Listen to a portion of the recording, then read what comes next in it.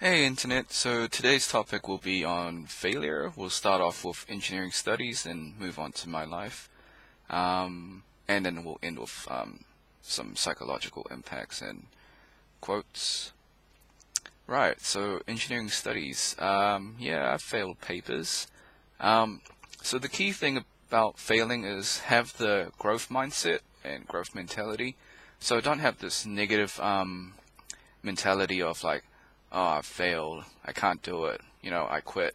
That's probably not the best mindset to proceed, because if you do that, you're like stagnant, right? You're not moving forward. So have a growth mindset. Think of like, oh, I failed. Okay, I can learn from this. I can do this better, or I can do that better. Have that kind of mindset. Right, testing and exams.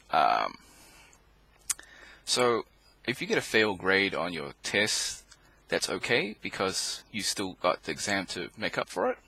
Also, a letter on your piece of paper doesn't really mean anything. I mean, yeah, it means a little bit, but it doesn't really mean like to you as a person. It's just a reflection of how much you remembered or how much you knew on that day. So it's not the end of the world. Right, so my university system. So if you fail a paper, I mean, you just repeat it next year. You got to pay the tuition fee and spend the same amount of time studying, I guess, for it. So it just comes down to time, money, and effort if you fail a paper. So if you fail more than half in your semester, then it becomes a problem because then the academic board gets involved, and like then you got to really step up and start passing your papers because they will restrict you on things like they'll restrict your academic choices, so you can't take certain papers unless you pass everything. If you're doing extracurricular activities like sports and things, they'll restrict you on that. So more of the story, just don't fail. I know that's counterintuitive to this video because I'm talking about failure, right? Like, just try not to fail, or try not to fail more than half of your semester. That's what I'm trying to say. Life. Okay. So my life. In high school, I was pretty average slash trash student. It's not that I didn't try, I just really didn't get it.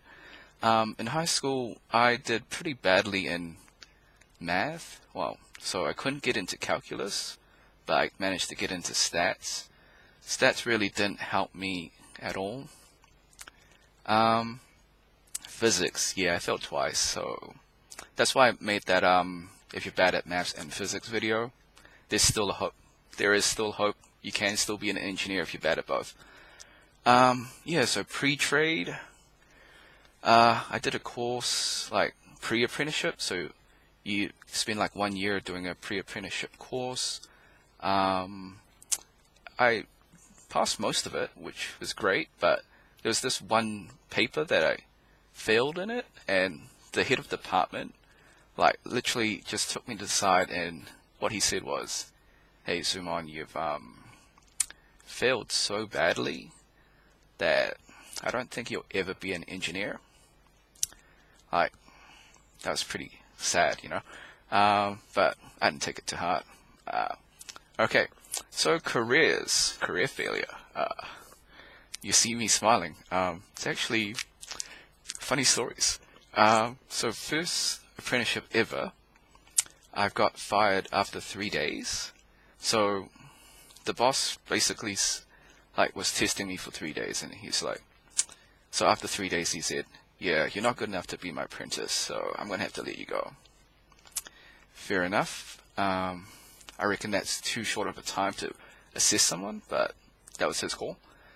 My second apprenticeship, I lasted 9 months, and I did the work. I turned up early. I did everything, but it came down to management again. They just said, "Hey, look, we know you're doing your work. We know you're here on time, and you're doing all the stuff that we're asking you to do, but I just don't think you're gonna make it with us." Again, it hurts, but you learn from it, you move on. This also happened for like another engineering job as well. Like in New Zealand, there's like a 90-day trial period, and so if they don't like you in your first 90 days, they can boot you. So for this one, I was like a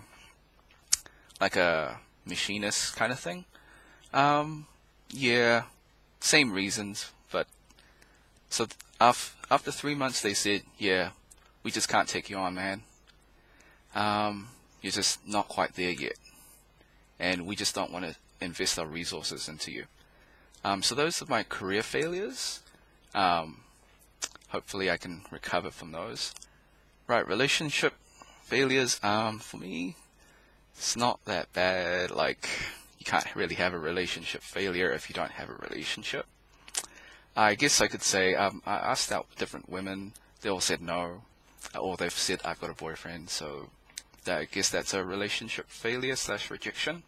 Oh yeah, careers. I guess getting rejected by email and phone call. Like, I probably applied for like thousands of jobs and got rejected by a lot, so I guess that's also a failure. You've only truly failed if you like given up, right? So as long as you keep trying, you'll eventually get it. So again, growth mindset, just learn from your failures. Right, psychological impact.